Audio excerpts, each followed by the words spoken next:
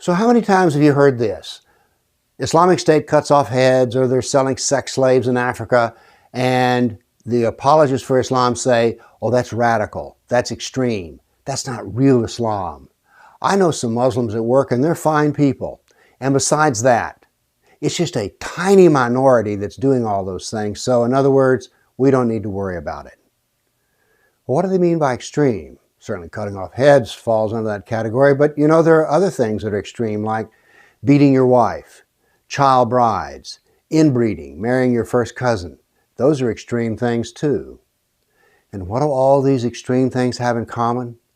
They're all in the Sharia, because killing kafirs, jihad, is all in the Sharia, as well as child brides and inbreeding. So what we need to do here is to be able to measure not just radical killing, but all forms of radical ideas. In other words, we need to measure the Sharia. This has all been done for us. Pew Research has done a poll of some 38 nations, and what they did was they studied Muslims and how they feel about the Sharia. This is an in-depth study. Interestingly enough, 28% of all those Muslims who think that the Sharia should rule say that apostates should be killed. This is extreme. Killing somebody because they have a change of conscience and leave their religion, if that's not extreme, what is not? And 28% is not a small minority. Now there's another very interesting statistic in here, and that is, out of the Muslims who want Sharia, 52% of them say that it should only cover Muslims. But 42% think that the kafir should be ruled by Islam as well. That's a disaster. Here's why. Have you ever wondered what happened to Christianity in the Middle East? Well, I'll tell you what happened to it.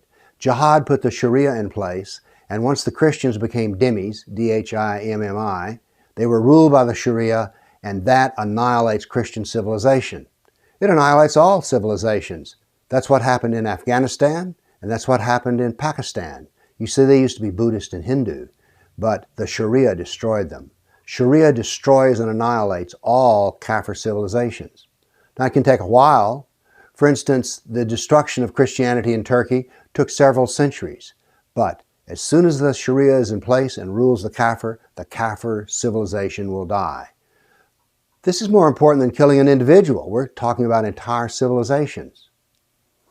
Now, if you're a good apologist for Islam, you'll go, well, maybe, but we just need a reform. Christians have had a reform. Let's examine the idea of reforming Islam. Let's start with a simple fact. The Quran is complete, perfect, universal. How do you reform that? And by the way, you do know there are two different Qurans. There's an early Quran written in Mecca, and it's generally tolerant of others, and 64% of that Quran is in Mecca. But then there's a smaller portion written in Medina that's 36%. And the Medinan Quran calls for the rule of Sharia.